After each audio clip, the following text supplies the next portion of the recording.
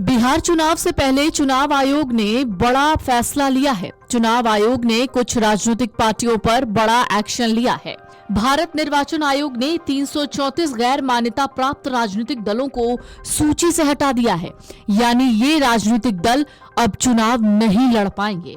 इनमें 17 दल ऐसे भी हैं जो अब बिहार विधानसभा चुनाव नहीं लड़ पाएंगे।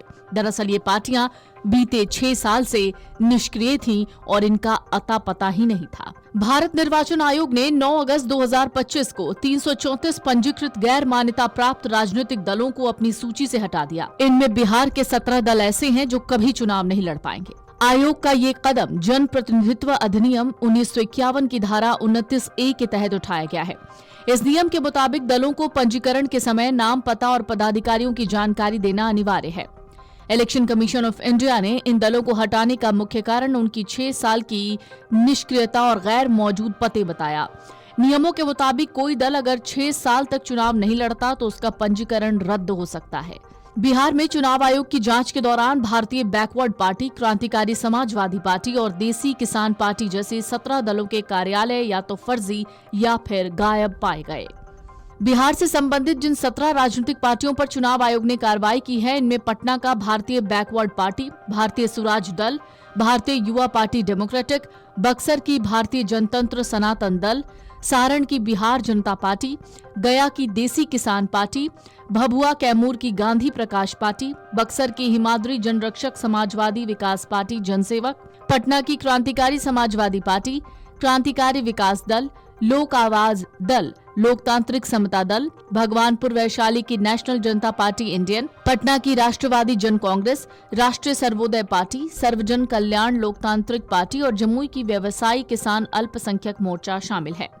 ईसीआई का कहना है ये कार्रवाई चुनावी प्रणाली को स्वच्छ और पारदर्शी बनाने की नीति का हिस्सा है। निष्क्रिय दल कर छूट, मुफ्त मतदाता सूची और चुनाव चिन्ह जैसे लाभ उठाते थे जो धन शोधन और कर चोरी का कारण बन सकते हैं।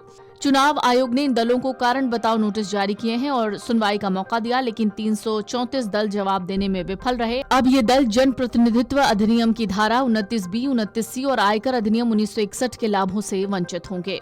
बिहार में विधानसभा चुनाव से पहले 17 दलों का पंजीकरण रद्द होने से छोटे और क्षेत्रीय दलों के लिए चुनौतियां बढ़ेंगी। ये दल अक्सर गठबंधन में बड़ी पार्टियों को प्रभावित करते थे।